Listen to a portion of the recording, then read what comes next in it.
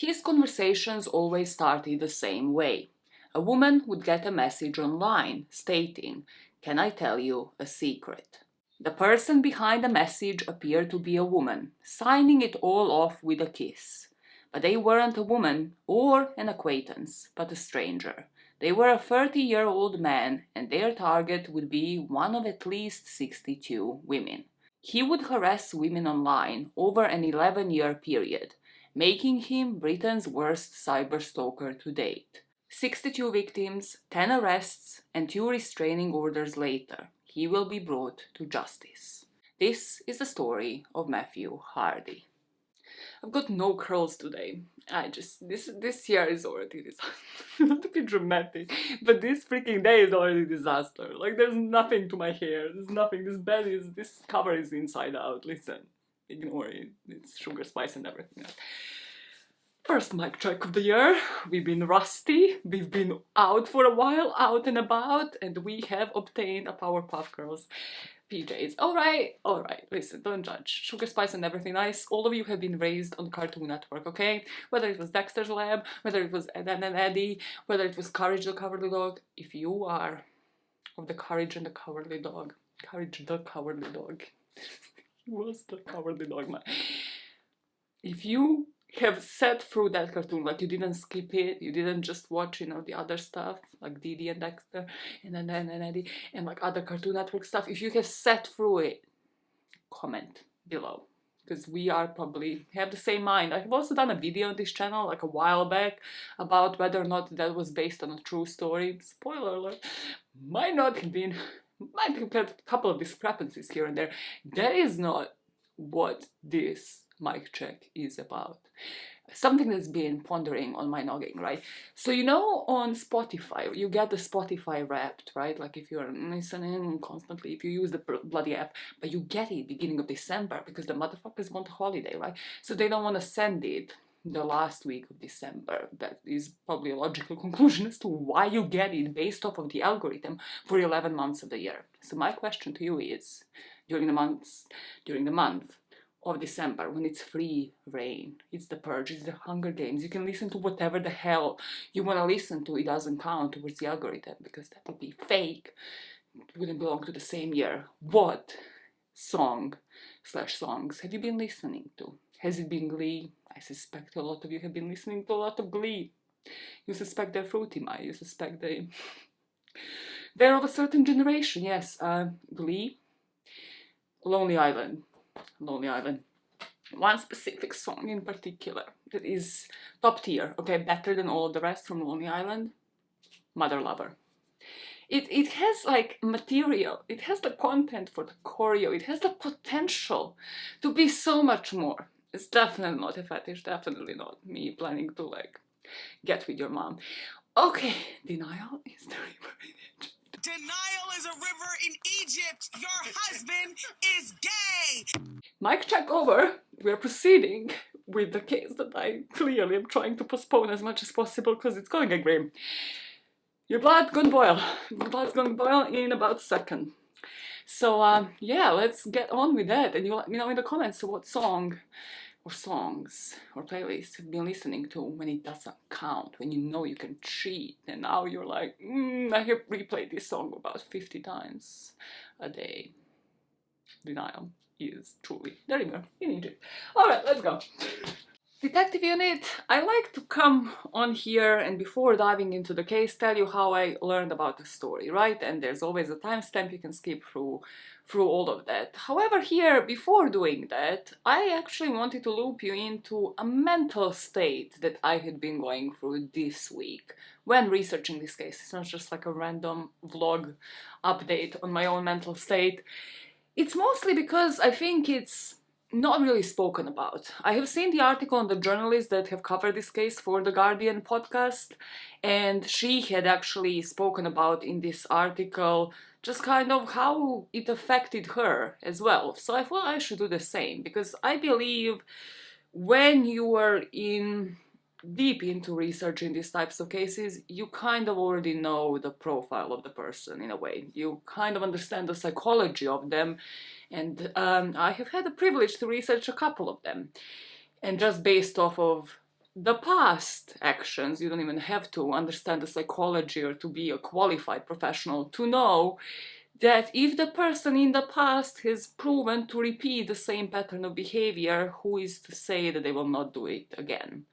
And that's kind of what makes people like me, who like to research these types of cases and want to bring the story to the public, think every single time that they sit down to write a script, should I be doing this? Should I actually leave this one alone? It happened with Alex Belfield's case, it happened with Eddie A. Game. That one, I think he managed to appeal to YouTube or whatever and remove it for the UK grounds, so I think that video you can only watch in the US and abroad. But it had happened before where the type of behavior of the person is not to really suffer the full extent of the consequences, let's say that, not really serve the full term of their sentence in prison, and then to come out and the first thing that they do is take their phone and go at it again and possibly see what has been published on them online while they were in jail and then go and harass those people and go after them. I would love to tell you that will not happen to me. Trust me, I would fucking love to tell you that. That will not happen to me. That will not happen to the journalists that cover this first. I would love to tell you that this person will receive therapy, mental health, like counseling in jail.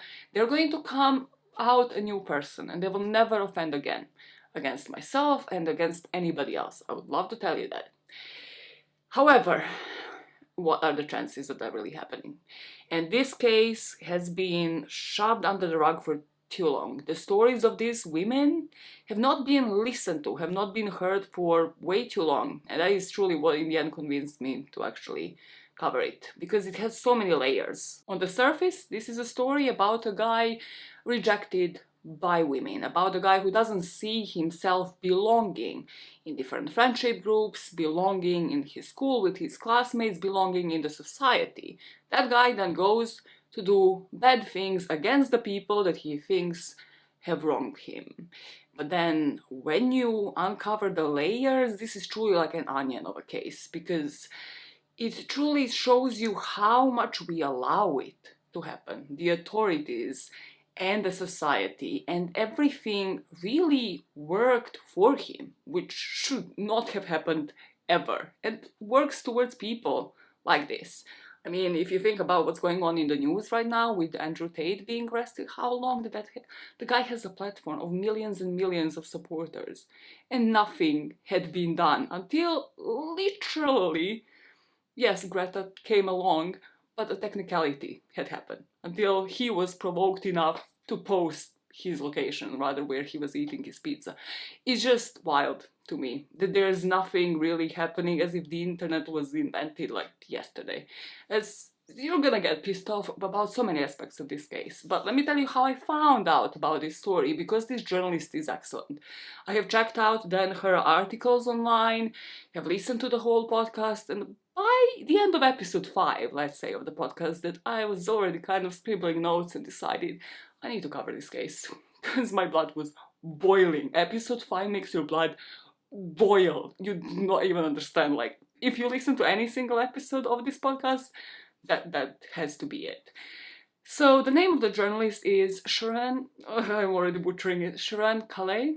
I will not pronounce it again, because I can't pronounce it. It's such a cool name, and I can't bloody pronounce it. She works for The Guardian and has been deep diving, investigating into this case. The podcast includes interviews with the victims, with the mom of Matthew Hardy, and with like a lot of other experts as well. So it really gives you the insights on cyberstalking that I don't think I have heard before. Maybe you have, but I definitely haven't. The way I discovered about the podcast was through the Guardian newsletter.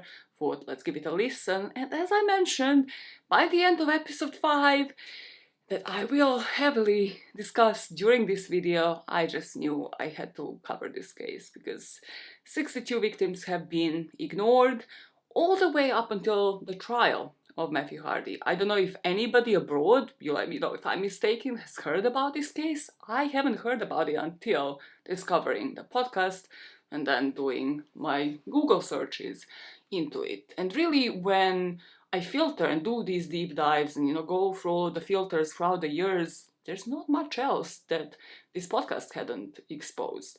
There really isn't much else online, which means truly for years, for over a decade, nobody had cared. So let us change that and dive into this case. And here we won't start with the background of the offender. It will make sense later why I'm doing it in such a way.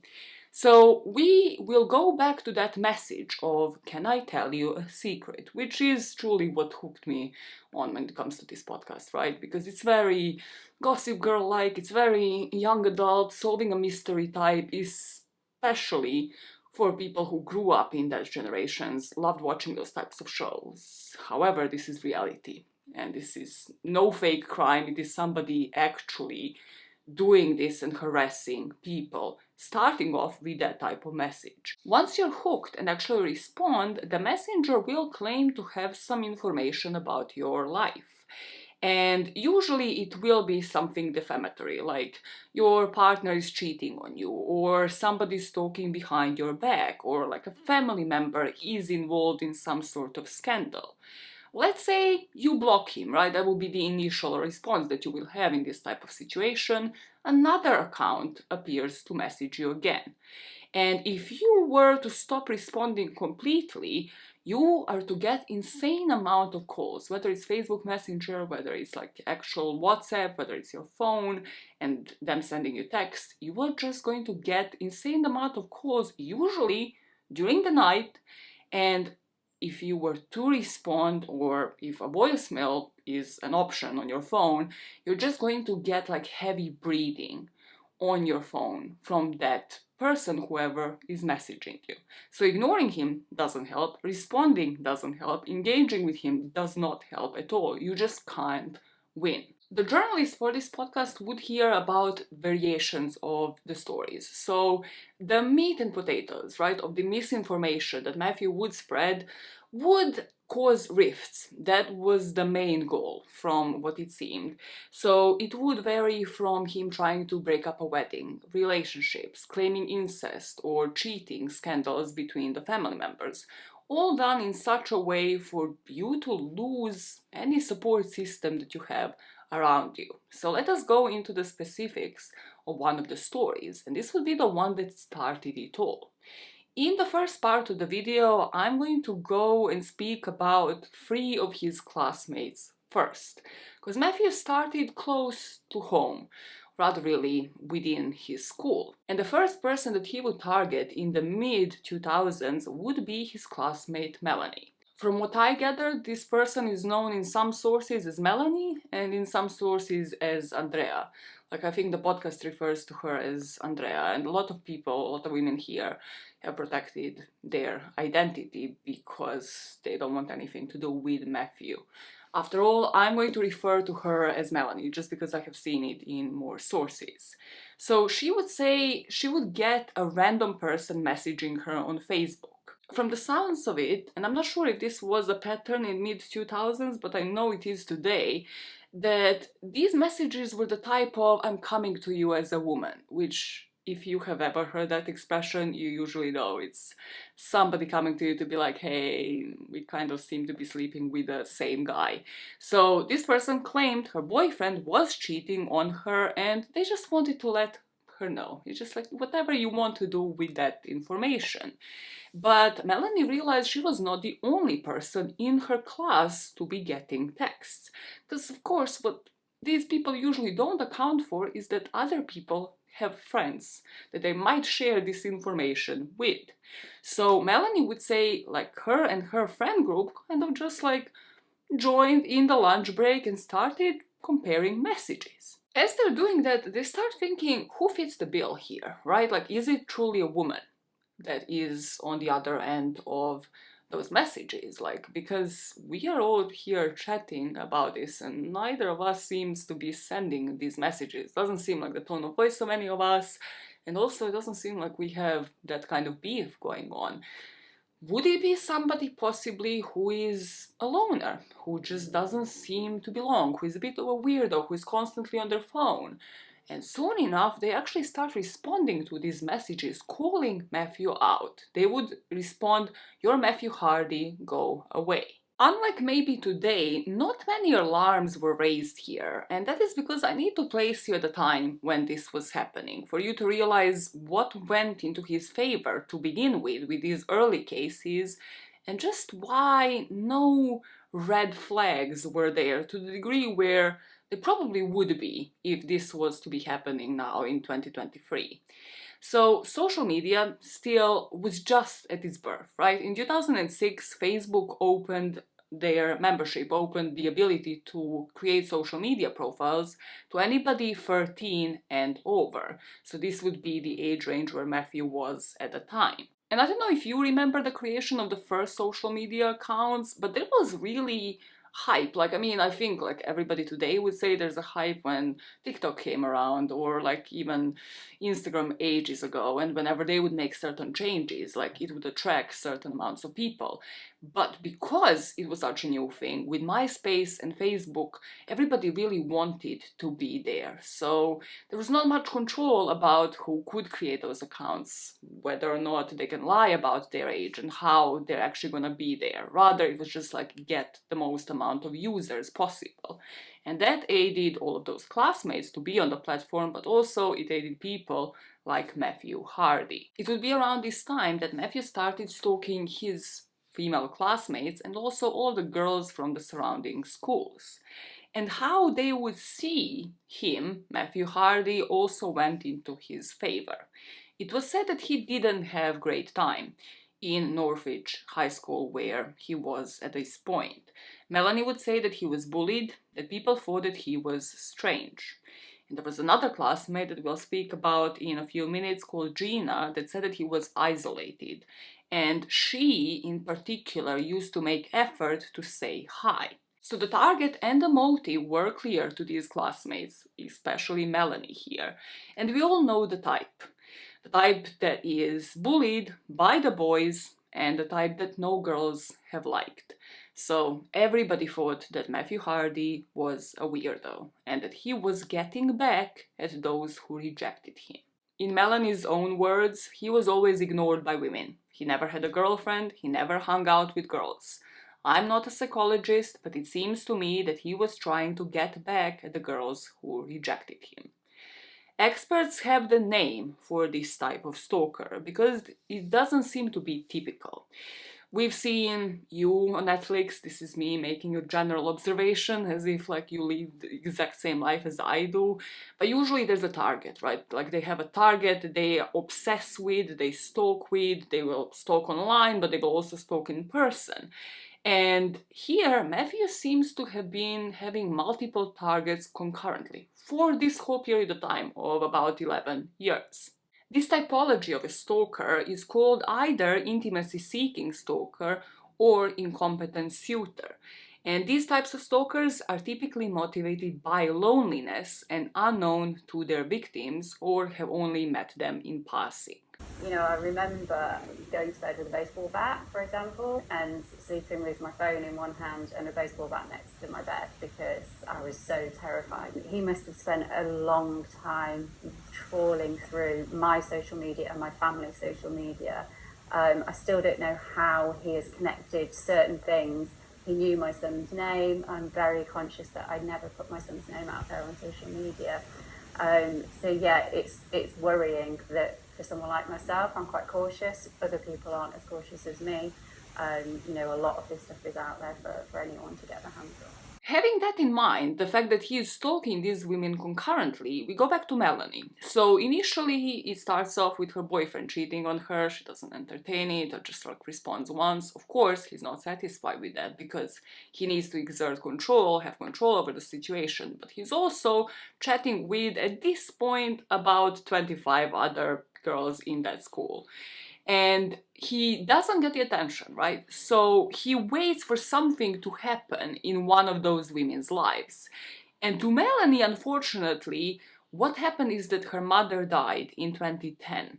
This is when Matthew decides to contact her again, saying that he had some truth, rather she, because that's how he's posing, as just another girlfriend on the other side of that messaging service. Here it would be Facebook Messenger. So he would say he has some truth about her mother. His messages would go around the topic of your mother had been cheating in her marriage and your father has held it back for years. So Melanie immediately starts fuming, right? Not because of the lies, not even because of the misinformation, but rather like, how brazen is this person? Like, that can't face you, can't tell you this, but I'm pretty sure is one of my classmates. She would say that she couldn't take it anymore. She knew that he didn't know her mother at all and that he shouldn't be speaking ill of the dead. Melanie decides to call the police, right? She has had enough. She tells them about the MO, about the first message that starts it all for every single one of these women. Something along the lines of, hey hon, I've got something to tell you. It was specific to school people. All the girls were from their year, so it had to be somebody in their year. She literally has a lowdown of like Sherlock Holmes, of like, this is what we have investigated in our lunch break, please do something about it. That they have landed on Matthew Hardy, right? Someone called him out and he actually admitted it. That is a crucial part in this podcast, that Matthew Hardy admitted it. And this, because it's all online, would be in writing, would be in one of those messages. That everybody knew he would hack into new accounts, like create new ones. What does the police do? The police says that because the messages were from anonymous accounts, they couldn't check to figure out who the third party was. Like, I would like you to translate this to whatever job you're in, whatever position you're in. For me, customer service, right? Imagine somebody comes back to me and they're like, hey, can you figure out where my order is? Or whatever. Can you figure it out? This is my email address, this is my name, this is my date of birth, whatever the fuck it is. I have the resources to figure that out, right? I put it on the system and I figure it out. You just do the same, my man. You just have everything at your disposal to do your job. But it seemed here that a recurring action, rather inaction, that will happen is that nobody wanted to. Nobody did. So we go on to another classmate, because there will be multiple stories here. There was Amy, where we believe that stalking extended to in-person monitoring of the victim as well. Amy, from all accounts, was in the batch that tried to ignore Matthew Hardy, and by now we know that that doesn't work, and nothing works really. You can't do anything to protect yourself. But we also do know that that results in multiple calls. Amy would say she would get sometimes 50 calls a day. One time, he would say that he saw her washing her car. So this is why we believe that this has actually extended to in-person stalking. Another time, he would comment on the type of shirt, like the color of the shirt that she was wearing. And this is when she started also having emotional distress because of it and constantly crying, and actually reported this to the Cheshire police. They would say that things online were out of control. They advised her to delete her Facebook account and to block the phone number of the harasser. So this didn't work, and Amy had been harassed throughout the years, because we know this happens concurrently. So he just moves on to somebody else, leaves you alone for a bit, and then goes back to you. So by 2013, because she would also be one of the classmates, she just worked at the garage, I believe, sort of, whether it was part-time, full-time, I'm not really 100% sure. But they knew of Matthew Hardy, and the police knew of Matthew Hardy, which is another crucial thing to know here. The police had been provided a series of screenshots of all of the conversations, the numerous harassing accounts, and they knew of Matthew Hardy's name. Because of this, by this point, Hardy was actually brought into the police. He would plead guilty, and he was given suspended sentence and a restraining order by court instead of him actually serving some time in prison. So he gets a restraining order. Amy would say that he would abide by that restraining order for about 2 months, and then he resurfaced. So she rang the police again, saying that he had broken the rules of the freaking restraining order. He's stalking her again. And they said they would investigate, but nothing was done. Amy would say between 2014 and 2017, she would repeatedly call the police, but the police just wouldn't be dealing with it. So now Amy is still dealing with it, it's still concurrent, the police isn't doing anything. So let me give you a story of yet another classmate called Gina. You might remember Gina in kind of like a personal description on the corridors of the schools that I have given you about, where Gina was actually the person that would attempt to give Matthew some time of day, just to say hi in passing. Just be nice to the man, and you will now hear how he repaid that kindness. With Gina's account of events, we actually see how Matthew escalates, because here he faked her account, or rather she would say like he created his own profile and then changed the details so that they reflect hers, and then he added somebody. So every day that she woke up, she would get not the messages from Matthew Hardy, rather from the people that he would contact as Gina. And people would ask her like, hey, is this you? Like, this person just added me. And the classmates knew who he was, so they're like, oh, this is Matthew Hardy. But others didn't, like the family members didn't. And on Facebook, pretty much like if somebody accepts your friend request, depending on the settings at the time, that's it. They can just message you and then spam you continuously. So this happened to her every day. And she was actually scared to even interact with people outside of her house because she knew that Matthew Hardy lived near her. Gina would say she was terrified to go to her parents' house because it was only 5 minutes away from Matthew Hardy's. She had to cover her face with a hood every time that she would go. Yet again, in Gina's case, he used the family death in order to taunt his victims. So here, Gina's grandma passed away from COVID in 2020. And Gina started immediately having a meltdown when she saw, then a couple of days later, a profile with her grandma's details pop up on Facebook and a message pop up from the profile saying, hey, Gina. She knew immediately that was Matthew Hardy and she was by this point just done with it. When Gina would report him to the Cheshire police, which would be the same police force that all of these classmates have gone to and reported Matthew Hardy, she would get a very similar response to Amy and to Melanie. Here, however, she reported him in 2016, so this is 4 years before this final meltdown moment of like her grandma passing away from COVID and Matthew going online again to taunt her. She went to Cheshire Police and the case actually went to the CPS, to Crown Prosecution Service. But in April then on 2017, the CPS refused to take the case on the grounds that nobody was injured. So Gina, just like all of the other victims here, and we are just speaking about the first batch of victims of Matthew Hardy, had felt that nobody is going to do anything until somebody's hurt or killed. This is a sideline, or some of you will consider it a sideline, but I find it pertinent to this story because a lot of excuses, I'm not gonna say excuses, but this is excuses, right? That people will be pointing out to here is that there was no database. So there was no national database and victims went nationwide, right? That is going to be like something that I have heard in this podcast so many times. I know there is a DNA database, but like here, luckily, nobody that we at least know of had actually died in the hands of Matthew Hardy.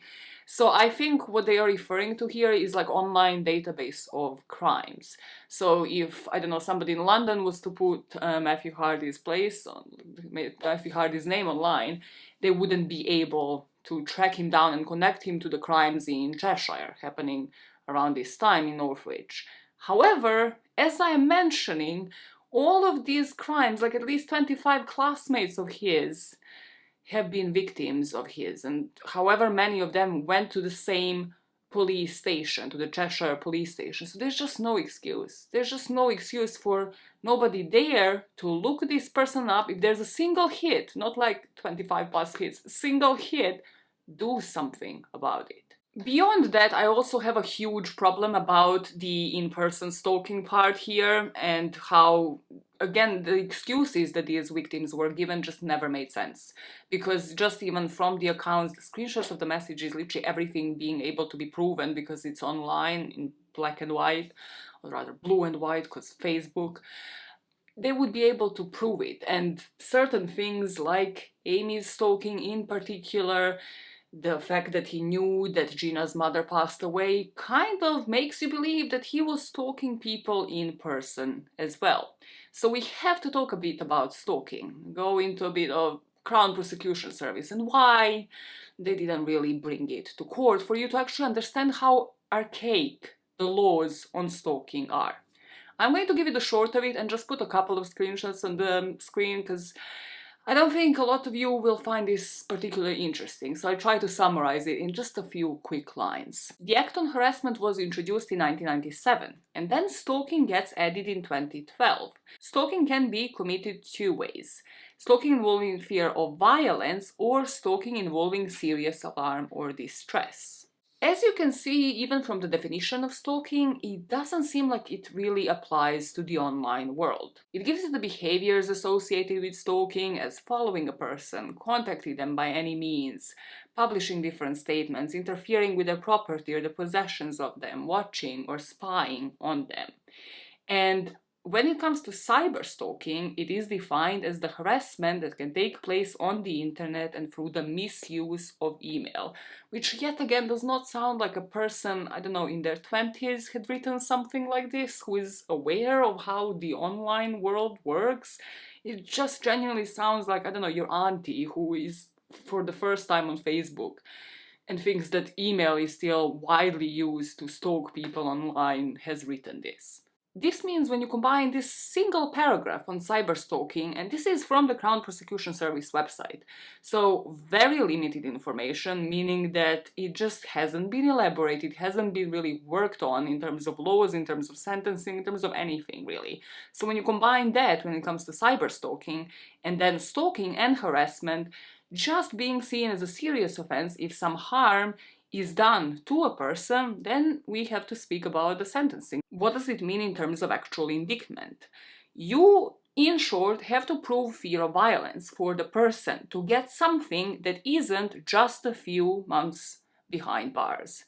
So for harassment or just stalking, the maximum is about 6 months in jail. If you can prove fear of violence or serious alarm or distress, then the maximum sentence is 10 years in jail and or a fine. From the podcast, we get a bit more insight from the actual experts in cybersecurity, and they define cyberstalking as malicious or obsessive following through internet presence. They would say that stalkers track down and follow their victims through social media, and they might even locate them in the real world and then try to contact them from there. This might not be enough for these stalkers, so they might also hack into victims' social media accounts or create fake accounts in their victims' names in order to get information to spread lies about them, both of the things that Matthew Hardy did. The online channels are not just limited to social media accounts. It can be emails, it can be chat forums, everything digital, even text messages that can be used to terrorize people. And there is control that plays the huge aspect in all of this, right? Like, it's undeniable. It's the first thing that you think when you think about stalker and somebody exerting this amount of power. However, what I found interesting is that there is also embarrassment playing a factor here. Control just doesn't seem to be enough. The stalkers here want you to feel exactly how they felt for years, as if all of this was your fault. Back from the sideline to our story, to sum up this section on Matthew's stalking his classmates, we are getting into the territory of the victim profile and the general transfer of blame here that will yet again go into his favor. And I understand you're going to be fed up by how many times I would say something going into Matthew Hardy's favor, but I'm doing it to show you just how scary this truly was. Because the laws here were not and are not designed to protect the victims.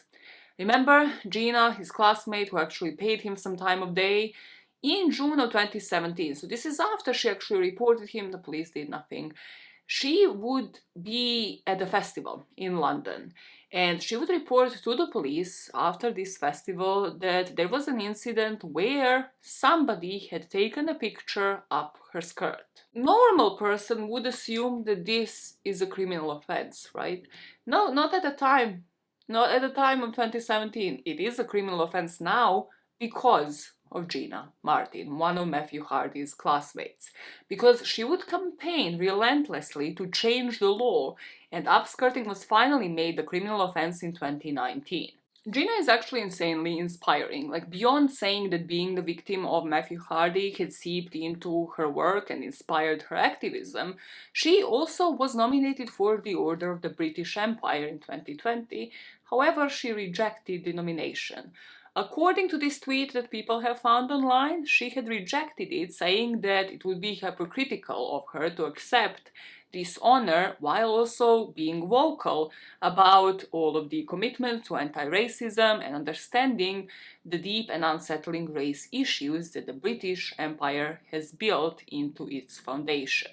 Through the years, we have Gina being inspired by the act of upskirting not being illegal at the time that it happened, so when she obviously reported it in 2017, nothing was done, because yet again, it wasn't a criminal offense, and she had believed that Matthew Hardy was behind that picture and then distribution of that picture.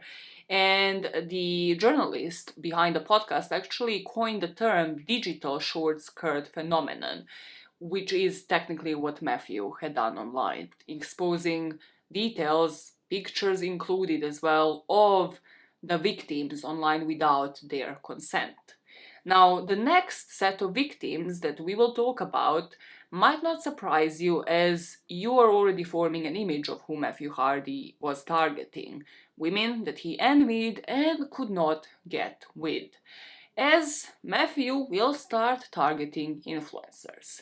So there are really three phases, rather three target groups for Matthew Hardy. The first one we had already spoken about: the girls that he would go to school with, the girls in his proximity, right? Then he would get more brazen. He would start stalking women in the surrounding area, some classmates, some just like acquaintances, friends of a friend.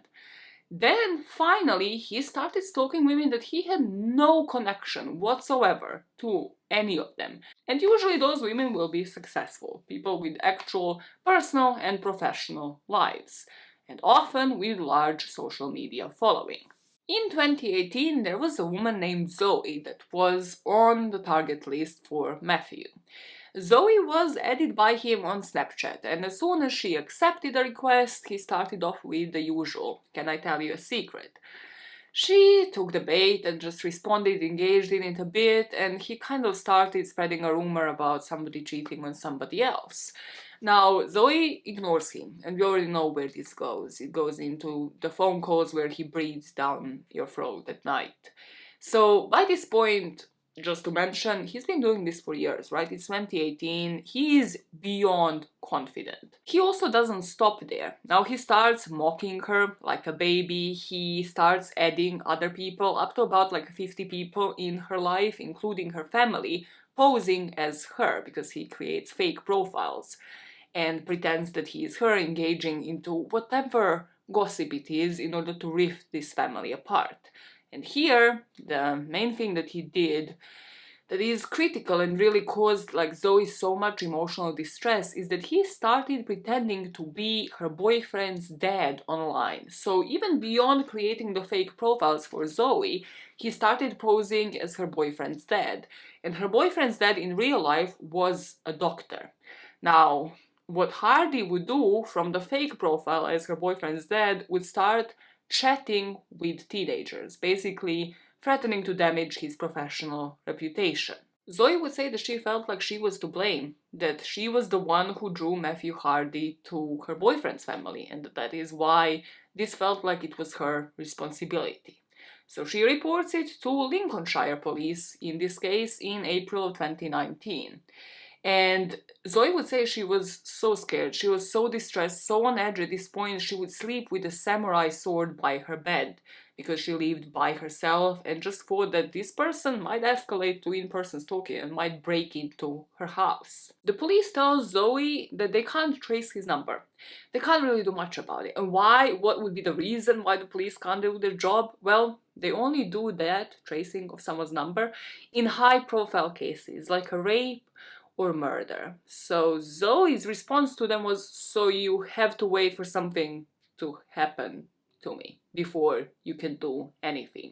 And this is exactly how all of these victims felt.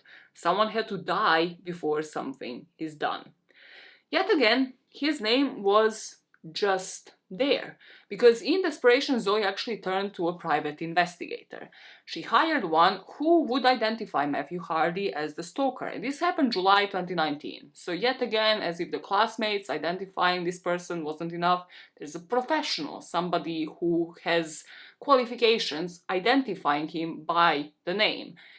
The private investigator then and Zoe supplied that name to Lincolnshire police, who tells Zoe that an officer would visit Hardy and tell him to stop. That is just the extent. Yet again, they're not doing any actual work. Fuck knows if they're putting it in the database. So he lasts about 2 months and then he starts harassing Zoe again. I know at this point that I am throwing a lot of names at you and I will tie it all back together. But here we have to talk about somebody else. Because in 2019, as this is happening, so Zoe has reported it, the police again knows the name, he moves on. He goes and concurrently stalks his victims. So here he moves on to Abby. And here the offenses escalate to just full-time impersonation. Because I don't think he is at this point, personal opinion, satisfied just harassing, just doing the can I tell you a secret. He has to taunt his victims. He has to escalate. He has to taunt other family members as well to cause the rift, to cause the maximum amount of damage. So the short of it was, Abby was a dancer. She's an influencer online, has multiple social media accounts. And Matthew would go on to impersonate her, so create fake accounts with her name on them, start off conversations with co-workers, usually of sexting nature, and would also obtain intimate pictures of Abby and then would offer them to strangers for sex. He also managed to destroy her relationship with her boyfriend. The long of it is that Abby is an influencer, so she has over 10,000 followers on Instagram, and as such she gets invited to go to a trip to Ibiza with a couple of her friends. She posts a picture on a yacht, just a smiling picture with her and a few friends, and doesn't think much of it, right? It starts generating likes, that's exactly what the point of it was. However, in the north of England, there is a man that comes across that picture, and she is to become part of a new phase in his stalking. Abby gets a message from a friend that was on the boat with her, and this friend just asks her innocently, like, oh, where did you get that bikini that you were wearing? And Abby thinks, like, I swear I have told her, like, where I got this bikini, but sure, let me just respond. And she kind of does it in such a way, like, oh, I think I told you, but like, yeah, this is where I got it. She brushes it off and thinks like, oh, she just had forgotten about it. But then the next message comes about, and this other girl from the yacht basically blatantly accuses Abby of sleeping with another girl's boyfriend. Then the boyfriend of Abby starts getting messages that she's cheating on him. At this point, Matthew had taken complete control. He had just taken over. He managed to break that relationship that Abby had had with her boyfriend, and he also created hundreds of accounts online. He would get the bits and pieces of information just by people taking a bite, like just by people answering, providing him like the tiniest bit of info, and then he would thrive on that and continue chatting with another person from like these fake profiles posing as Abby. Now, Abby, during this time, while she's trying to ignore all of this, while she's trying to just move on with her life, also has a photo shoot, right? Like, she has a job to do. So she goes meets this photographer, takes pictures of her, and some of those pictures were nude. So she on Instagram, through Instagram DM, asks this photographer to send her the link to like a Google Drive, and he does. However, she was of the belief that these pictures are only going to be accessed by her, and then she can distribute them as she wishes to. So fake Abby, however, was now going to use those pictures. So here, Matthew, from my understanding, had actually hacked into her account and managed to take that drive and then started distributing those pictures. He started sexting her former boss, using them to break every single relationship that she had had in her life. Just even strangers, like basically offering Abby up as if she's just online in control of this, whereas she just wasn't. For Abby, it all culminated with her next trip to Ibiza. So she was again planning to go there for work, and the night before, she starts being harassed by Matthew. But at this point, it wasn't even just taunts, it wasn't even just breaking any single relationship that he had left to break. Rather, it was just borderline threats. He started saying that he's going to get her in Ibiza, that he knows she's going and he is going to get her. So this time, Abby rings the police. She reads out the transcript of that chat to them, and the police said they were half an hour away, but they kind of asked her, like, do they really need to come? So Abby just said yes, like, what do you say? Like, it just seemed like this wasn't an imminent threat for them. The police didn't come in the end, from what I gauged, and she sat awake the whole night, just terrified, thinking that he's in front of her house, thinking that he's going to break in and get her, either there in the UK or in Ibiza. With Abby, we really get the insight here that you don't get with cyberstalkers, or rather not the ones that aren't as notorious as Matthew Hardy was, because the blame really falls on her. And this is by her family, from what Abby had said, and also by the police. The family, like after, being contacted by all these fake accounts, would tell Abby that she is the one who needs to work this out. The auntie of hers told her, like, she's going to block her on everything, she doesn't want any of the drama brought onto the family, and that it is her fault. And Abby would say, like, she got upset because it wasn't her fault. She wasn't trying to bring this drama to the family, and it just really hurt her bond with so many family members. The police, on the other hand, had no sense of urgency, and what happened with the influencers in particular, they would kind of advise them, like, just stop posting. Why don't you just put your profile on private and just stop, this thing that brings you the livelihood? As if somebody yet again would tell you, just stop doing your job and somehow survive on something, because we don't want to be bothered to do ours, so now you stop doing yours and somehow figure out how to live. This made Abby feel like she wasted police time, like she's just some blonde girl on social media who was posting where she was all the time and wanted attention. The journalist behind the podcast would say this is the same thing that happens with sexual assault victims. They're blamed for the clothing they wear, the amount of clothes they wear, they're asking for it. It's the same thing with a large online presence. It is seen to make these women culpable for whatever harassment they have received. Due to the police ignorance of somebody who is clearly escalating, Matthew managed to get away with stalking so many people from different ranges, usually the three groups that we have spoken about.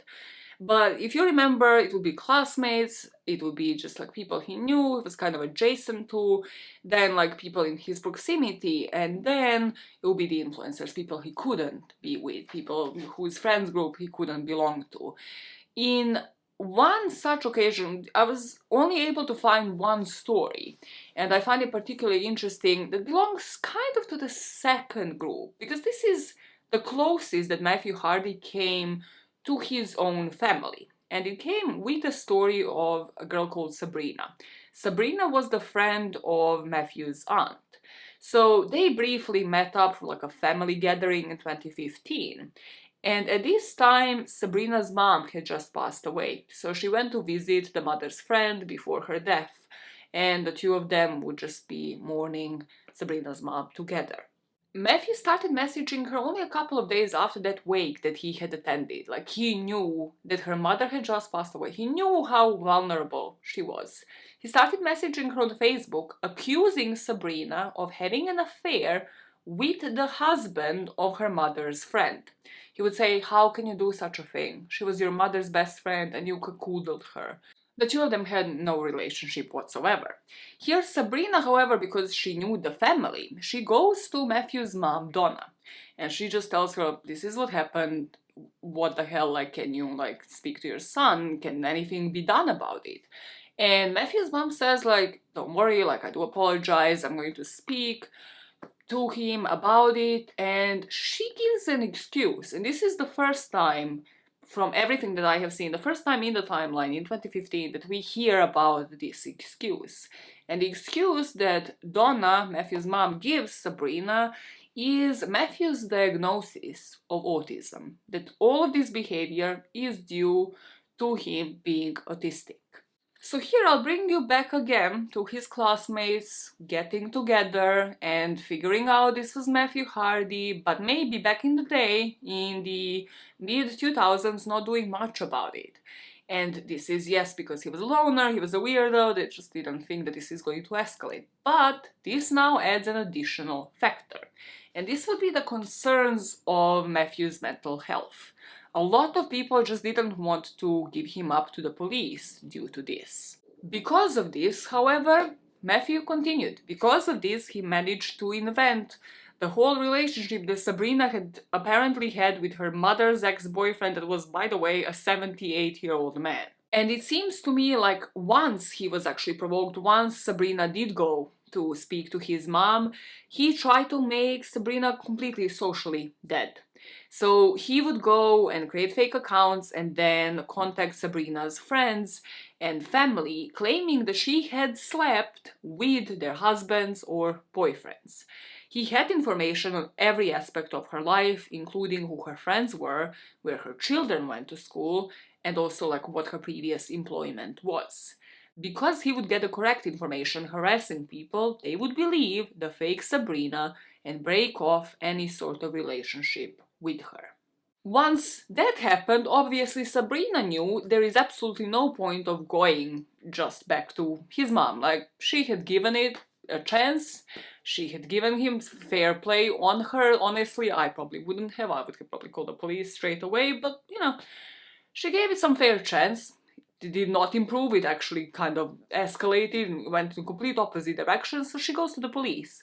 She reports the case and the police advised her to block him online because that's what they do. Nothing really gets done, all the way up until 2019. And this is when Sabrina would get a call from a police officer. The police officer on the other end of the line is the name that you will know and is associated heavily with this case.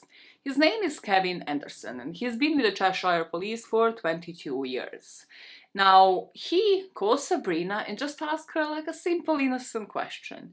Do you remember a guy called Matthew Hardy? What Sabrina had heard from Kevin is what any of these victims wanted to hear for so many years by this point. And that is that he thinks he can put this guy in jail. According to Kevin, according to his collation, his work, him being passed on this case, he found out that Matthew Hardy had over 100 criminal records in the police system and 62 women had reported some sort of offense against them. Let me finally loop you into the case, what was happening behind the scenes. As I mentioned, Kevin Anderson works for the police station in Cheshire for 22 years. In December of 2019, he is assigned to a stalking case involving Matthew Hardy. He looks through the internal systems in the Cheshire police station and he finds something that a lot of people would consider shocking, neglectful. You know, you add your own verb, you add your own adjective here. Not verb, adjective. You add your own adjective here. There were more than 100 logs on the system about Hardy from 62 victims, obviously like multiple reports as well. He finds out that there were 10 arrests against. He finds out that Hardy was arrested 10 times and interviewed voluntarily further 3 times. And something that stood out to Kevin was that he almost even broke up a marriage. Like, he broke off so many relationships, he would invent cheating scandals, but on a wedding day, at one point, he almost broke a couple off. And he thought this guy needs to be brought to book. Finally, Kevin looks at all of the backdates, right? Looks and finds out that all of these reports are backdated to 2011 onwards. And he would say, like, I don't think he justified the police work here. I don't think anybody can justify the police work here. But he said, like, he can't speak for the officers themselves, but people maybe didn't understand the extent, like, didn't understand what was happening to the victims. And maybe they didn't understand the legislation, right? Because as I have shown you, there's this little paragraph on cyberstalking. And you know that if you can't make the case to the court, basically, like, a lot of people might think, what's the point? You and me might not, but a lot of people might think, like, well, what's the point? There's no fear of violence, nothing is going to happen to somebody, somebody's just trolling them online. So Kevin contacts all the officers that were on those cases at those times when the reports were made and just arranges for everything to be transferred to him. On one end, now he's contacting the police officers, and on the other end, he's contacted all of the victims of Hardy, trying to build this case, trying to figure out what do they have, like, did they have any screenshots, send them away. And of course, most of these victims did. They were waiting for this moment for years. They literally had them on the ready as they first reported it to the police. Among those victims he contacted, and truly why this case, in my personal opinion, has been brought to justice was because of all of these victims doing the God's work, doing it all together. But there was one person in particular who collated possibly more than any of them all together. There was a bad bitch called Leah. Leah had a boutique in Kent, right? And again, on the surface to Matthew Hardy, it looked like somebody like an influencer, right? Somebody that he should really mess with because he is not living the life that they are. So in 2019, he does just that. He stalks her, he contacts her family and friends hundreds of times, makes about 10 calls an hour during some nights. He just tries to destroy Leah's life completely. But you see, what a superficial research, what like taking the bait and then like somebody giving you some information on this person doesn't really tell a criminal like Hardy when he thinks that someone's just an influencer, when he sees this just superficial picture, is that Leah didn't just have a boutique, right? Leah was also a paralegal. I bet he didn't really count on that. He really didn't count on somebody to know the ins and outs of the law and how to build a case against him. Leah, just like all of the other victims, goes to the police thinking like, okay, I'm gonna report this, provide you with the evidence, cool, sorted, done. No, because this happens in November 2019 and of course, as we know, the police didn't do anything. So Leah thinks, okay, I was a paralegal, I can obtain the evidence and then go back to the police, right? And then they will do something. When I tell you my jaw had dropped because the dossier that this woman had collated was 700 pages long. She had 700 pages of evidence of communication and harassment by Matthew Hardy. So this included nearly all of his social media profiles and phone numbers. So she did the work for them. She did everything for them. Based off of the insights that we got from Leah, any attention made it worse. He would tell her that screenshotting this to the police is pointless because he is cocky at this point and he is taunting these victims.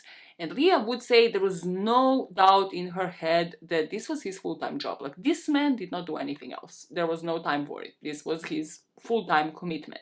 With the 700-page dossier now, Leah goes to the police, she tells them, here it is, everything is there, like, make an arrest, right? Like, everything is there. His contact details, like, I've done the work for you. The police tells her, good job, splendid chef's kiss, not enough though. Now, how we tie it all together. Remember where we left Abby? She goes to her trip to Ibiza in the end, despite of being frightened by Matthew Hardy the night before, and does an Instagram live. And among the comments is Matthew Hardy himself. So she rushes to check social media and he messaged her from his personal account. So now she knows the name as well, confessing that it was him. He literally outed himself. Abby makes the police report to the Cheshire police. And this is when our police officer Kevin connects the dots. So Kevin pulls data from the phone that Matthew Hardy was using and builds up that evidence. What I put in the script is he just did his job. I know that Kevin had been praised by this podcast and by everybody here, and I'm grateful for people like Kevin who actually did the work here, but he just did his job. Somebody could have Kevin this in 2011. Somebody could have done this a lot earlier and saved so many people so much emotional damage and potentially some like serious aggravating crimes. Not that this wasn't serious, but you know what I mean. Because we all spoke about how stalking can actually obviously result in other crimes, in in-person crimes and murder. At this point, from the insights from the podcast, we find out that this case didn't even need a tech expert. Like the same way that Leah, the paralegal, has actually collated the evidence and managed to figure out it was all his accounts. If you looked up a prank caller website and basically put the number that Matthew was contacting people with, there were about 400 plus lookups for that same number. So clearly, same person, same IP address, same everything is operating from the exact same location and the exact same device. At the other end of the town, Amy luckily reaches out to the same no-nonsense police officer. She also finds out that he's at the police's radar, that Kevin is looking into it. And the police officer again figures out the identity, that this is the same person that had been stalking Amy, because in 2011, the year that he started stalking Amy, he was also hacking into another classmate's account. And on behalf of that classmate, he was just talking dirty, sexting others, basically pretending that he was her. Now, with the dossier and with the physical evidence from multiple victims, as well as the proof that Hardy is behind all of the accounts, he finally gets arrested. In February of 2020, he is arrested by the police, and in March of the following year, so 2021, Matthew Hardy was charged with multiple stalking offenses. So let us speak about the man himself before we talk about the sentencing and the sentencing that he had gotten for all of these offenses. Matthew's mom, Donna, would describe Matthew as somebody who was a really good kid, somebody who was really close to the family, especially his grandma. Well, he was actually close to both of his parents, but you see, his parents got divorced when he was 5 years old. So between Matthew being 5 and 7, he still had a good connection with his dad, like weekend trips. They had like a solid divorce, and he would still go see his dad. However, then when Matthew was 7, his dad starts seeing somebody else, and he decides to completely exclude Matthew out of his life. And he goes and communicates this to Matthew. Like, it's not like, he just suddenly stopped seeing him. He blatantly rejected his 7-year-old son. So I can see how this can be a trigger for somebody who just, without any understanding now, will not see his dad for the rest of his life. And I can feel sorry for him at this point, but we also have to see this as a trigger towards any of his behavior in the future. And this is why I covered the case before the background, because now certain stories that he would tell his victims and their families about their dads in particular, or their boyfriends leaving or cheating, make sense. Usually with a father, uncle figures, breaking a couple's wedding day. He really tried to do damage in that area because that is what hurt him and that is what triggered him when he was 7 years old. The journalist gives us the insight of who Matthew might have been from that point on to the early teenage years. And I can give you the insight because I have found his social media profiles as well. He was the person at the periphery of most pictures, like in the angle, either like fully there or just kind of poking, never in the center of attention. His classmates from County High School Leftwich would say that he would be the person to stay away from, not really to talk to about, not really to engage much in the conversations. He'd be the kid in the corner, kind of just shriveled away from the surroundings, in baggy clothes, and just quiet. What would people say about Matthew Van Strahl? Did he have any nicknames? No, he didn't have any nicknames that I can remember. No, just the weird one, I suppose. Oh, stay away from him, he's weird, creepy. People would give us insights of who he was in class, like he would be sitting on his own, he struggled with maths and certain subjects, he only had one friend, and he would maybe try to get involved, right? He would maybe try to be part of a joke, laugh at it, but just would be ignored. Like, we know that type. Like, some of us were that type, let's be honest, and didn't go to commit a lot of fucking shit that he did. The only memorable thing his classmates remember him doing is there was this occasion they were given notebooks and they were putting their names on top of them. And Matthew put Joey Blogs instead of his own. If you are a fake Brit like me, like not born and raised here, Yeah, it's kind of like Average Joe. It's a placeholder name here in the UK. I had to Google it. I know, I'm not proud to admit it. I'm not proud to admit it with the amount of years I have lived here, and I have no clue. I was so lost. When I tell you, I was lost. It's like, what, is this funny? Is this like a comedian? No, not a comedian. Not a fucking comedian. Anyways, what the classmates would also say was that Matthew didn't seem like somebody you would worry about. Like, the professors also wouldn't say that, because like, if not classmates maybe, but like the teachers would raise some alarm bells if he was somebody who was aggressive, who had vindictive traits, who was constantly seeking revenge against people that bullied him, against, you know, the girls that wouldn't get with him. But he wasn't, not at the time. With the type of person I have just described, you would expect somebody like Matthew Hardy to have been bullied. And a lot of people would confirm that, including his mom, including his classmates. It would just be who would know the extent of what, and we still don't know the full extent. So there was a classmate that was interviewed for the podcast, and she said she got it bad. So that means for her, like, Matthew was literally at the bottom of the barrel, so he probably got it a lot worse. The mom was interviewed for the podcast, and she would say, like, she doesn't know the extent, but he would come back to the house and would kind of say like he was bullied, and she always thought like it might have just been because of the clothes, like he was wearing baggy clothes, and maybe it was because of that, because of the way he looked. This is who Matthew was within the school walls, and these were his early stalking days. And we know that after school, he never went to uni, he never got a job, so this became his full-time job. He was just online day and night. He would retreat into his block of flats, into the flat where he was, and then his room, and would just never leave.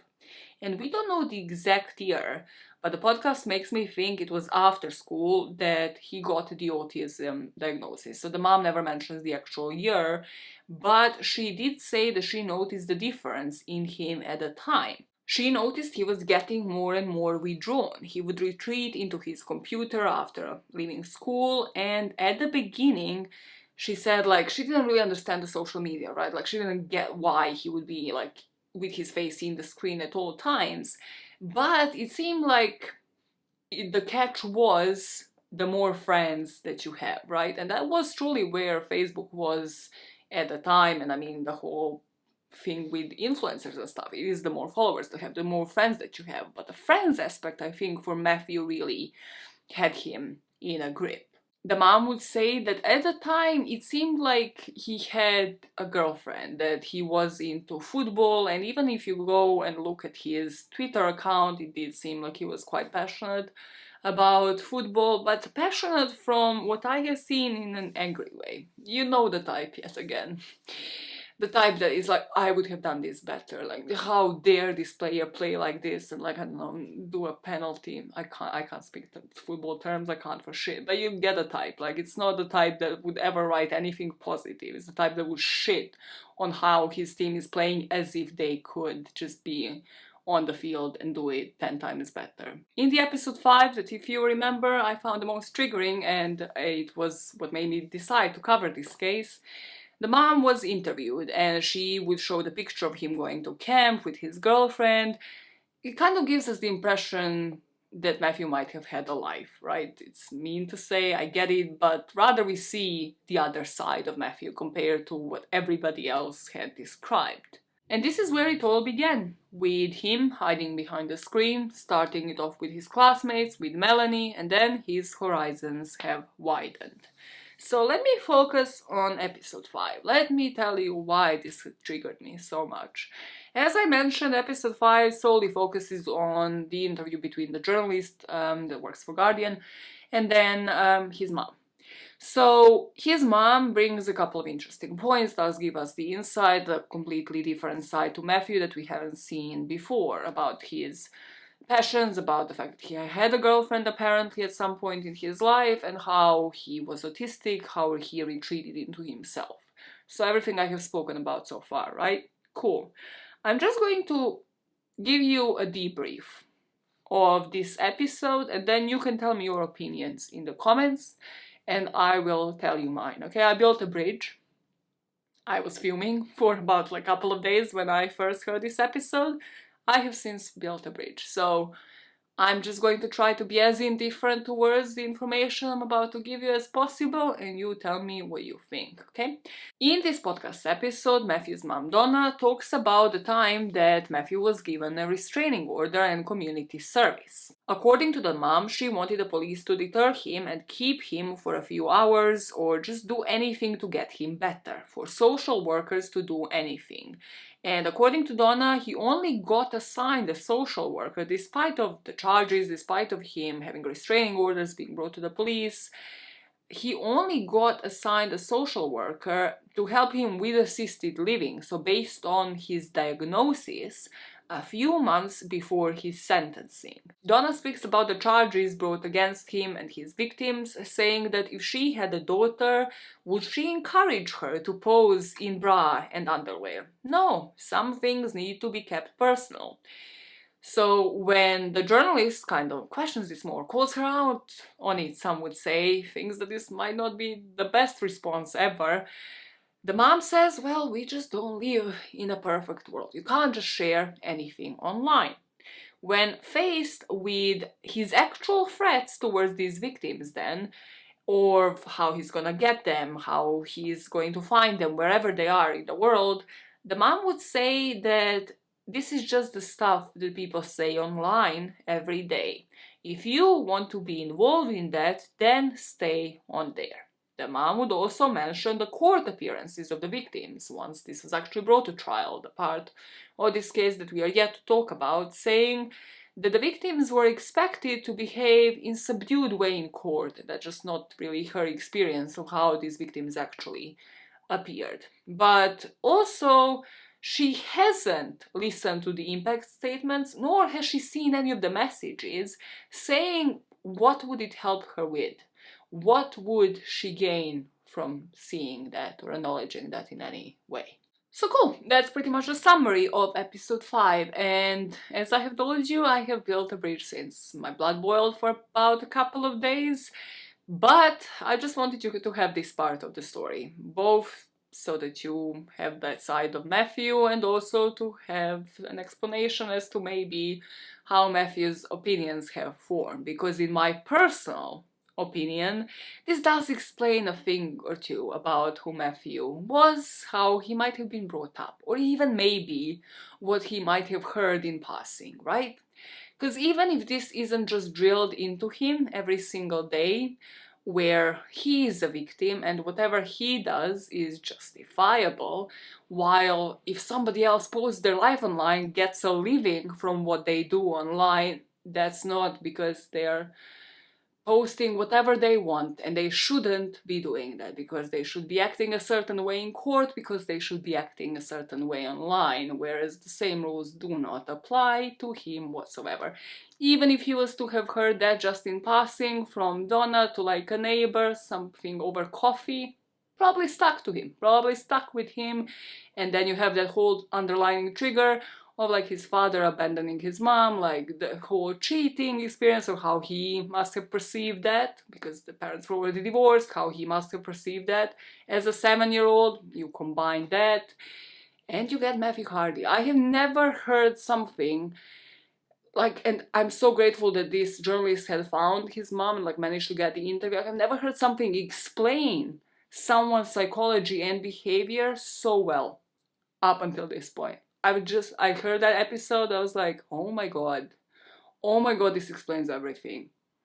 You let me know what you think. Do you share my opinion or do you not? Do you just not see anything wrong with any of Donna's statements made in that podcast episode? To pick up from where we left it off in the story, the charges against Matthew are finally brought. Now, when I say charges, there will only be 5 charges that they managed to bring to court. When you look at the stats, it comes as no surprise. Most police don't take stalking seriously, and only 11% of stalking reports in the UK lead to charges. When a crime is charged, only 0.1% of cases result in an actual conviction. Beyond this being frustrating, this is actually quite dangerous, because stalking is the 5th stage of murder and there are 8 stages in total. So it's like a layer underneath that in so many cases has led to murder, as we have seen in the past. There was a study actually in 2017 studying 358 women who were killed, and they found that 90% of those also involved stalking prior to the murder. So Matthew pled to 5 counts of stalking, which means that only 5 cases were strong enough, or rather Kevin managed to find enough evidence for only 5 of those for the basis of his indictment. So many women that we have heard on the podcast, that I have spoken about today, that we have heard about like in the papers, so many women that came forward that did not come public afterwards were just not included in the court case. And PC Kevin Anderson is in the gallery as well. He's worried about this day for months. I was staying up at night thinking, could I do more? You know, I had a lot of sleepless nights. My partner would tell you that. I just wanted to make sure that whatever I did, it was going to be enough. The trial, from my accounts, took place between October 2021 and January 2022. We know that he was sentenced in January 2022. I'm saying that I think this is when the trial took place because there's nothing official online. I couldn't find a PDF or like a court document, anything official that was made public. So we know a bit about how the trial went and what the courts have heard because of the online articles. So let me loop you in. The courts would hear that Matthew created fake profiles on social media in order to befriend men and women, family members and friends across the UK. He would sometimes pose as those people, sometimes he would pose as victims in order to gather information and then cause further embarrassment. The community in the court was finally formed. The victims would finally meet, and the courts will hear the messages read out by the victims themselves. A group of women approach each other, warily at first. And that was when I met them for the first time. But we spoke on message, like they've messaged and said, we've said nice messages to each other. And like one of the girls, she lives up in North. She said like, I feel so connected to you. Like if you ever need me for anything, I'm here. And I was like, oh my God, the same for you. They trade stories about their shared stalker. That obviously made us laugh a bit when we were sat in the waiting room to go in, because they were exactly the same thing. It's always, can I tell you a secret? And that obviously made us laugh a bit. The extent of the stalking was explained by the prosecution. Prosecutor Andrew Green would say how on one occasion Matthew targeted a small business owner, calling her more than 70 times, and set up a fake profile using her own pictures to speak to people close to her. The judge would hear about rifts in the families and about the extent of Matthew taunting his victims, where he would say things like, it will never stop, you know, and good luck figuring out who I am. And everything that the prosecution had presented was supported by evidence. The messages, the dossier from the victims that they themselves read out, and the confirmation by the police that they were sent from Matthew Hardy's phones that he was the one creating those fake identities. So what was the defense's angle? Because this seemed like a pretty strong case. Slam dunk. Well, the defense argued that Matthew belonged in the lower category.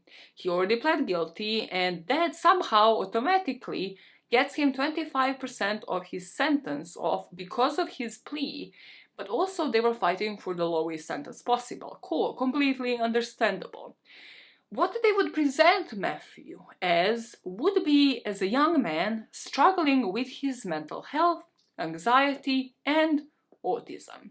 He was trying, according to the defense, not my own words in any way, shape, or form, to make friends in the only way that he knew how to. So the defense painted a picture that his mom had painted, that some of his classmates had painted, of somebody struggling with abandonment, with rejection, who wanted to live a full and happy life, who would go online and see people living that life that he so desperately wanted. And the way that he reached out to people is how he was trying to make the connection, make actual friends, and fit in. His defense lawyer, called Sarah Hake, would explain that Hardy had autism, learning difficulties, and mental health issues. She would say he was unable to form relationship, he lived an isolated life, and this had led him to try to fit in the only way he knew, which is online. But then, as these people rejected him, they didn't want to be his friends, he would lash out. The main proof for Sarah's argument was just how all of this conversation started. Hello, can I tell you a secret? Just completely innocently started. Then it's the victim's problem that they rejected him, harassing them, and then obviously he would lash out. It's just completely justifiable based off of him being autistic and the learning difficulties. This is a sideline, right? Because I googled these people's names. And I googled Sarah's name, his defense lawyer's name, right? So I find it interesting and definitely intentional that he was represented by a woman. Cool. No doubts there, right? We all agree on that? Cool. If you look at Sarah's career, however, there's another interesting fact, because just even from the notable cases on her own website, I can tell you, I don't see a single case that I would not classify as controversial. She clearly is somebody who might choose these cases in such a way where it can benefit her career. Let's say that in the most politically correct way possible, because there's some cases there that look gut-wrenching. I'm just gonna leave it on the screen. You read it if you want, but she has defended some people that you're like, why, girl? Let's speak a bit about autism here, because it's interesting and it's something that I have never heard before. I haven't heard autism being used as a defense, actually, ever, and which makes me maybe a shitty person that is into true crime, I don't know. Like, have you ever heard about autism being used as a defense before? I just find it wild. Why do I find it wild? Because 1 in 100 people have autism. So about 1% of the world's population, meaning about 75 million people. I mean, why are not all of them doing something that, you know, results in crime? Not encouraging it, just saying. I think it's a bit of a piss take when it comes to people who are struggling with something like autism or Asperger's, which is something else that they would claim that Matthew had. Like, later I'll speak more about this, but I think it's just a piss take towards people who actually have some mental health difficulties, learning difficulties, and lead a completely normal life. Have not hurt a bug, have not killed a flea.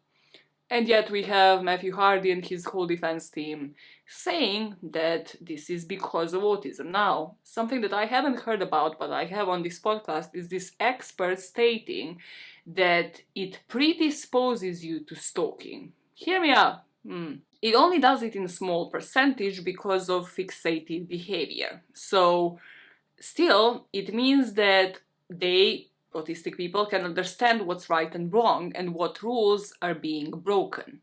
However, then we have the other extent of that where Matthew just escalated. He was taunting these victims. Usually, when you point out to somebody who is autistic that they are hurting somebody else, they would stop the pain. They would want to stop the pain for that person. However, Matthew didn't do that.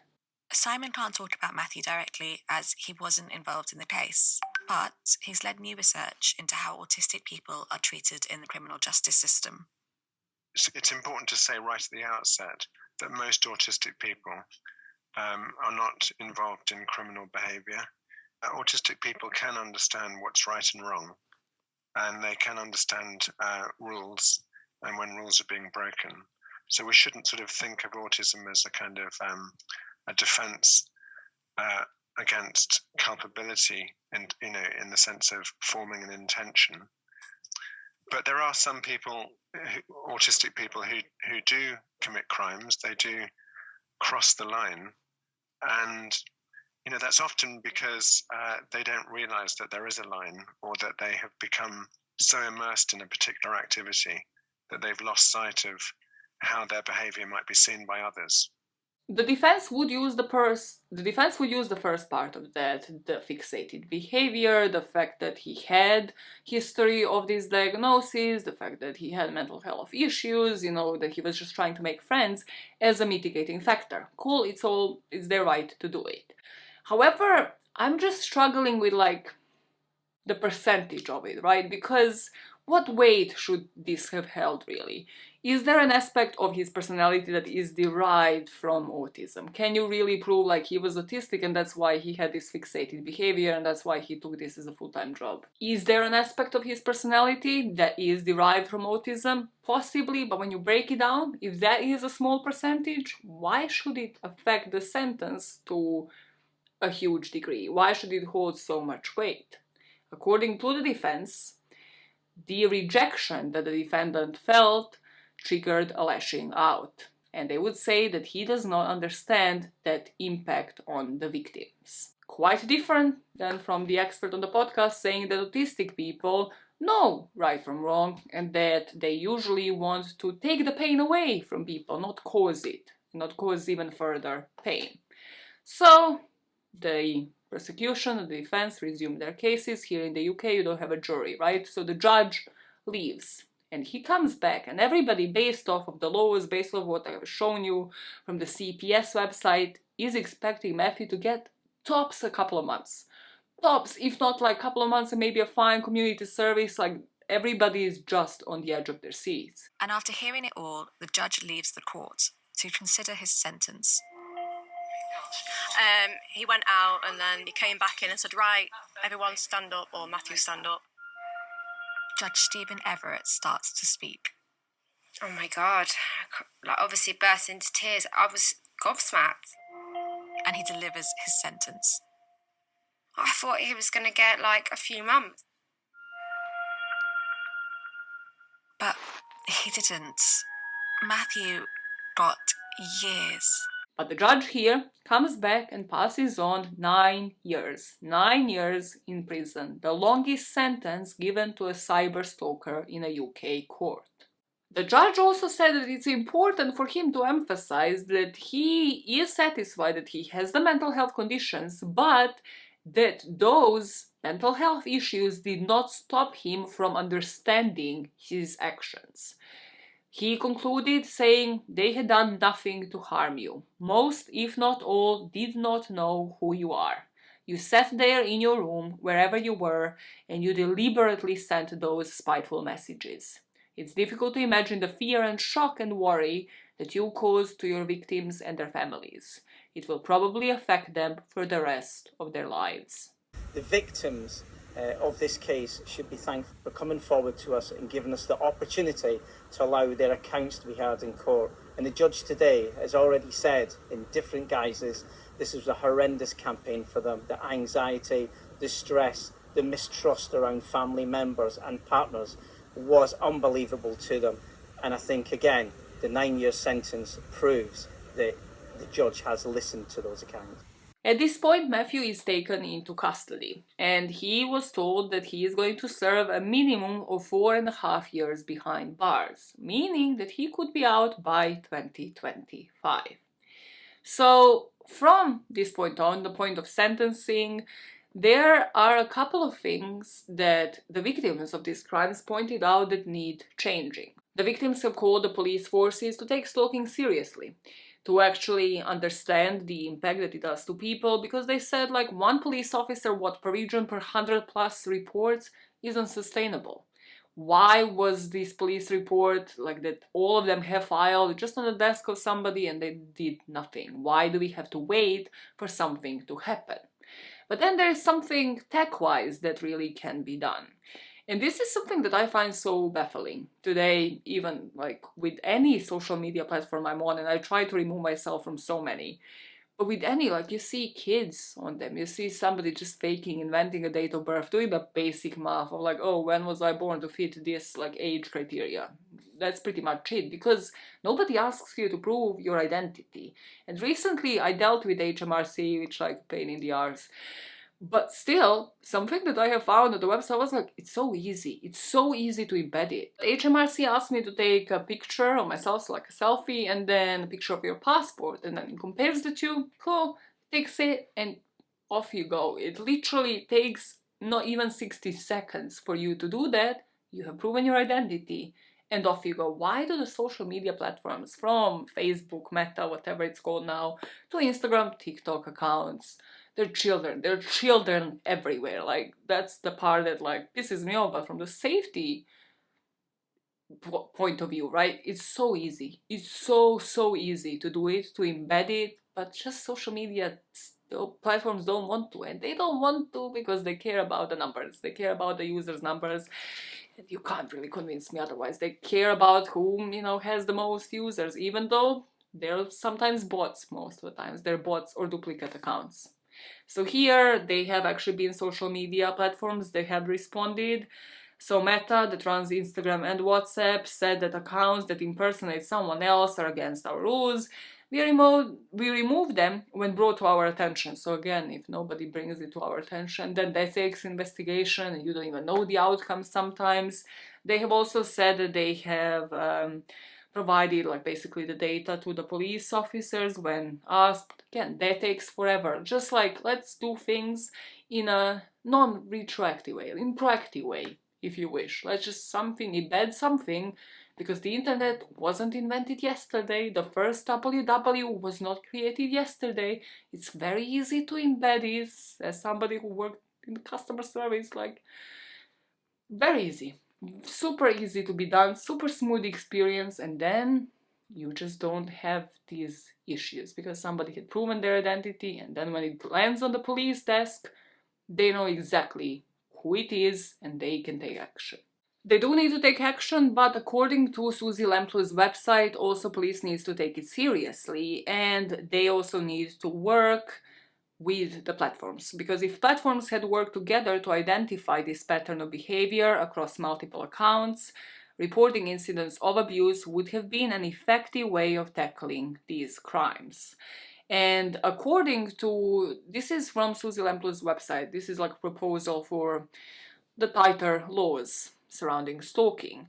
And they would say that one force alone, as I mentioned when the classmates started reporting, Cheshire Constabulary was contacted about Hardy more than 100 times by 62 victims over an 11-year period.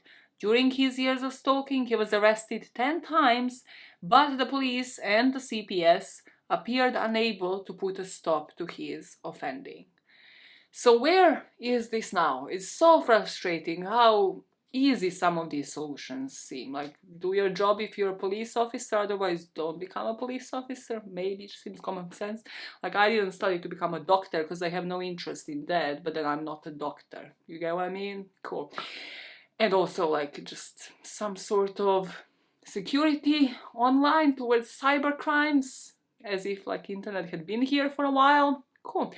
So Matthew is in jail, right? He might be or might not be out by 2025. And then comes this headline from a Guardian article in October 2022.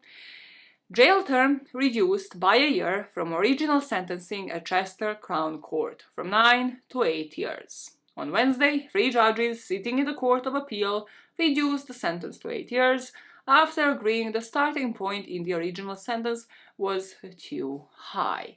From what I see, Sarah, the defense lawyer, had appeared in court, so she had been his appeal lawyer as well. And she had said, when one considers the developmental disorder of the appellant, the sentence is manifestly excessive. She uses big words, okay? She said he got too many years and they should cut those down based off of, yes, the autism. But here, and this is for the first time that I have found this in search of so many articles, beyond autism, they mention Asperger's. And Asperger's, yes, is part of the autistic spectrum. However, here is the first time that I have heard about this. So I don't know if they have found the diagnosis that his mom mentions in the podcast and they just haven't really explained it to us properly. So let me try to explain based off of what evidence they have reduced the sentence by a year.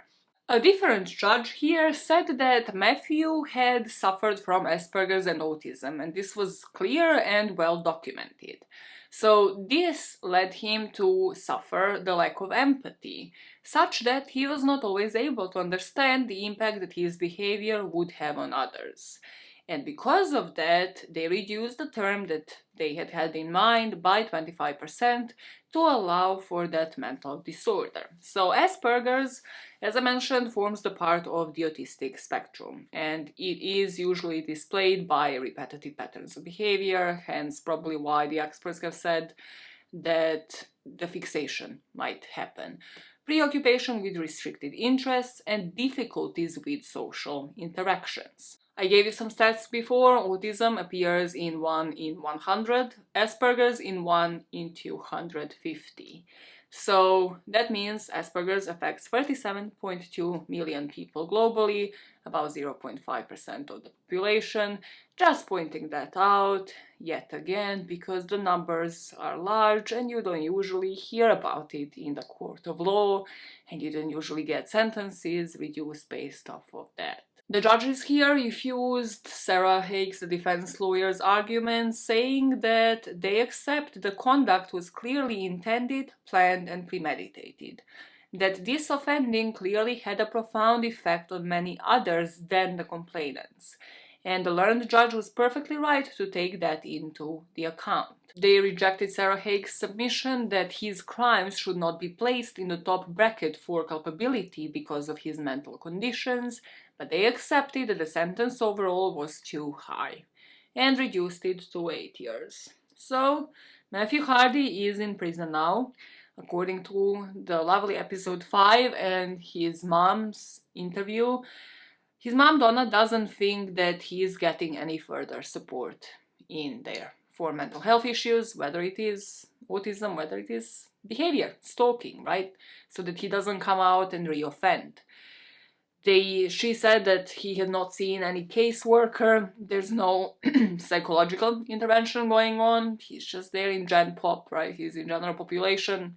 There's nothing special happening. He doesn't see a therapist. He doesn't get any help for any of his issues. She again sees it from the perspective of her son being a victim, while the journalist and some of us, say most of us, are seeing this in the can we please get him some help so he doesn't continue doing the same thing when he's out. Out of everything we have spoken about, there is one thing that stood out to me that I have heard of Matthew Hardy. Once he was taken for police questioning in 2019, the first thing he did once he got out of the police station was to get a new phone. He was back at it again the first chance he got.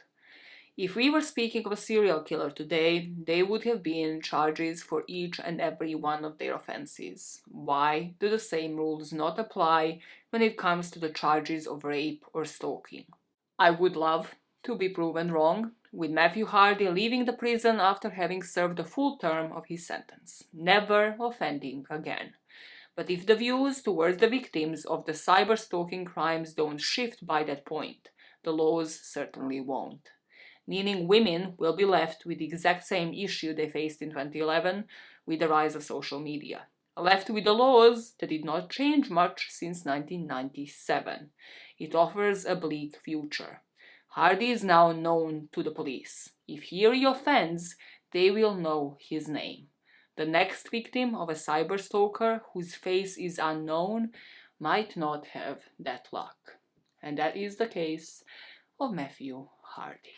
I like to get your circulation flowing, right? First case of the year, but boiling. Ready to fucking fight.